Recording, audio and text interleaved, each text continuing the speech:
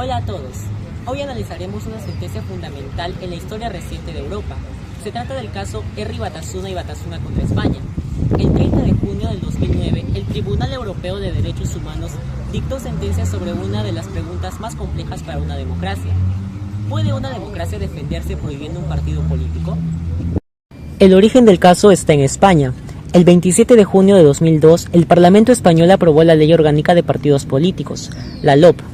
Esta ley no prohibía ideas, pero sí permitía disolver partidos que, mediante actividades reiteradas y graves, vulneraran los principios democráticos. Específicamente, el artículo 9 de la ley apuntaba a partidos que dieran apoyo político a la acción de organizaciones terroristas. Pocos meses después, en agosto de 2002, el gobierno español y la Fiscalía General del Estado instaron la disolución de Erri Batasuna y Batasuna, basándose en esta nueva ley. En marzo de 2003, el Tribunal Supremo Español les dio la razón y ordenó su disolución. El argumento central del Tribunal Supremo fue contundente. Consideró que Erri Batasuna, Euskal Herritarrok y Batasuna no eran partidos independientes, sino una sucesión operacional. Los definió como un solo sujeto real, oculto tras diversas personas jurídicas, y estrechamente controlado por la organización terrorista ETA, funcionando como un instrumento de su estrategia. Pero para que esto fuera legal, el tribunal no podía basarse solo en la trayectoria histórica.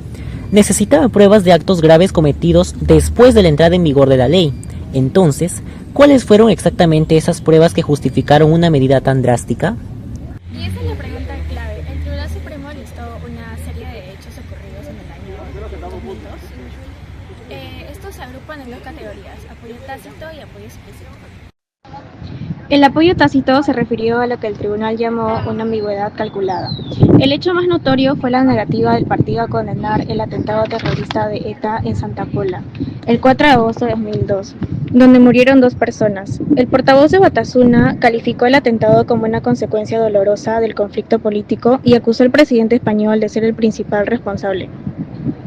Pero el apoyo explícito fue aún más determinante. El 11 de agosto de 2002, en una manifestación en San Sebastián encabezada por los principales dirigentes de Batasuna, se corrieron lemas como "Viva ETA militar" y "La lucha es la vía". Además, el 23 de agosto, un representante parlamentario de Batasuna afirmó en una entrevista que ETA ve la necesidad de utilizar todos los instrumentos para enfrentarse al Estado. Disueltos en España, los partidos acudieron al Tribunal Europeo de Derechos Humanos en Estrasburgo. Alegaron que la devolución violaba su libertad de asociación del artículo 11 y que la ley se había aplicado retroactivamente. Sin embargo, por unanimidad, el Tribunal Europeo desestimó la demanda. Concluyó que la disolución respondía a una necesidad social imperiosa. No fue retroactiva, ya que se basó únicamente en los actos cometidos después de que la ley se aprobara. Y lo más importante, la disolución no se basó en sus ideas independentistas, sino en el conjunto de sus actos y discursos, que demostraban un apoyo al terrorismo incompatible con el concepto de sociedad democrática. Debemos tener en consideración que en este caso se mencionan constantemente términos como principios fundamentales de la democracia, el derecho a la libertad de expresión, derecho a la asociación política y el acceso a la participación política. Si se busca un capítulo de la historia en el que estos elementos estuvieron muy presentes, ese sería la Revolución China y el posterior gobierno del Partido Comunista con Mao Zedong.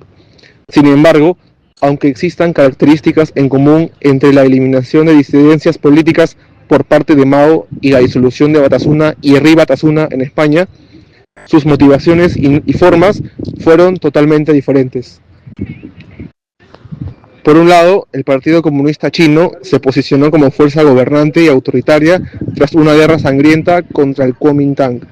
Luego, se dedicó a juzgar, perseguir y eliminar a antiguos militantes del Kuomintang y a otros considerados contrarrevolucionarios.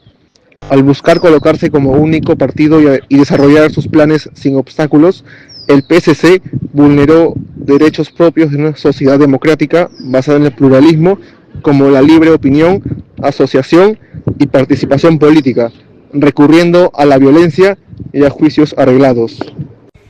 Por otro lado, el contexto histórico español era el de un Estado que llevaba por más de 30 años enfrentándose a grupos armados terroristas como el ETA.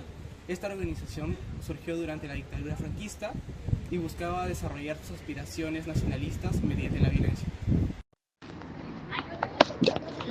Con la transición a la democracia y la entrada al siglo XXI, ETA consideró necesario crear un órgano político que buscara apoyo social. Para ello impulsó asociaciones como Herri Batasuna, Euskal Herritarrok y Batasuna, que según el Tribunal Supremo y el Tribunal Europeo respondían a sus órdenes. Finalmente, estos partidos fueron disueltos mediante un debido proceso legal, conforme a la Constitución y a los convenios europeos. A diferencia del caso chino, aquí se buscó proteger los principios democráticos, el pluralismo político y los derechos a la libertad de expresión y de asociación. Algunas posturas que pueden partir de la controversia pueden basarse, por un lado, en la supuesta inconstitucionalidad de la LOPP, al imponer, según Batasuna y Herri Batasuna, una democracia militante, y por otro lado, en la postura del TC español, que indica lo contrario. La postura por la que ha optado nuestro grupo se define esta última.